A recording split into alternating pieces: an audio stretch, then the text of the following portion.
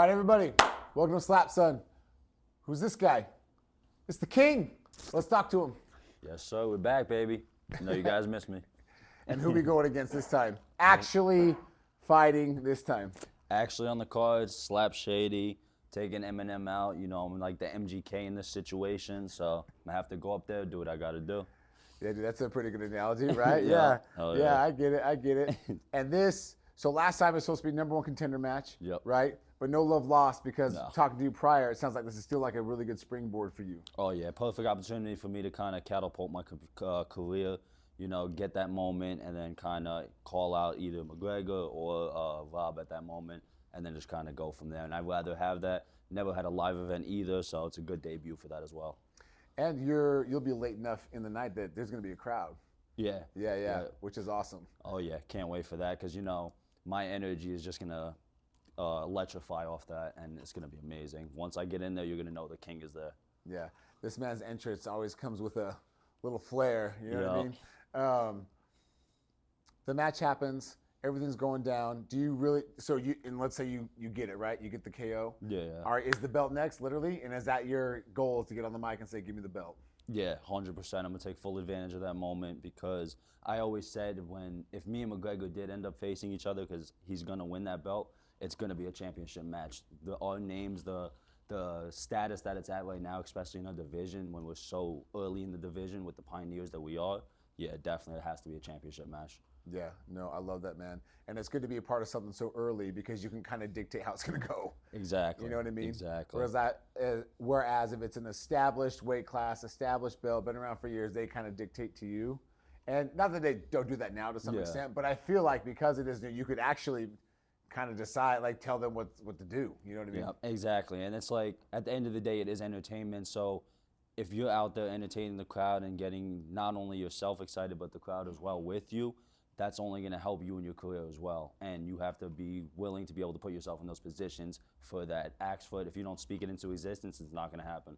Yeah, no, 100%. That's real, man. There's a lot of people that they say a lot of stuff, you know what I mean? Like they talk their way all the way to the edge of the cliff, but then nobody jumps. You know what I'm saying? Exactly. And, you know, everyone we've talked to today, it's been interesting because in the slap game, there's been a lot of those. They talk their way into it, whatever, but then once they get hit, they don't jump, they don't keep going. No. And the last couple cards, especially with like, you know, my personal opinion, we came into it when season 3 was just getting going. Yeah. So the reality show, Road to the Title.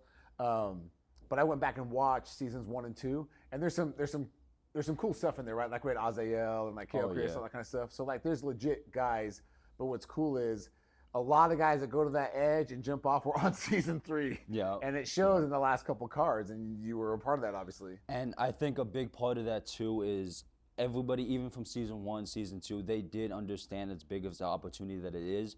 But I feel like our cast was more outspoken, more personality based, and they kind of wanted to take that moment and take full advantage of it. And I think when people were doing it for season 1, season 2, they were kind of just doing themselves, being to themselves, just getting through the experience and just trying to do the best that they possibly could. Yeah, you know I think that's true. It wasn't like they knew what they were doing, but Yeah. it wasn't what it is freaking now, Yeah. right? Like Exactly. And season 3 came along at the right time where everyone kind of just took it a bit more serious. Oh, this could actually change my life. Yeah. You know, things like that. And they're starting to understand the social media side of things as well. 100%. And that's what's really tying everything together. Because like we did say before, we are entertainers. Yes. At the end of the day.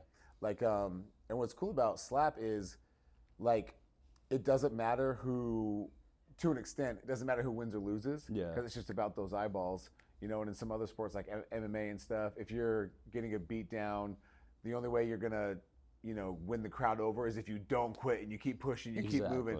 And Slap is unique that way where if you're the highlight reel on either side, you still might get the next match because you got those eyeballs. Exactly, and that's a big thing for me too though. Even though I lost, I'm still exciting the whole match through. You're still going to want to watch that win, lose, or draw. You're still going to want to see it kind of thing. And that's the biggest thing in this game because it shows your heart and your dedication as well and what you're willing to really put into the sport.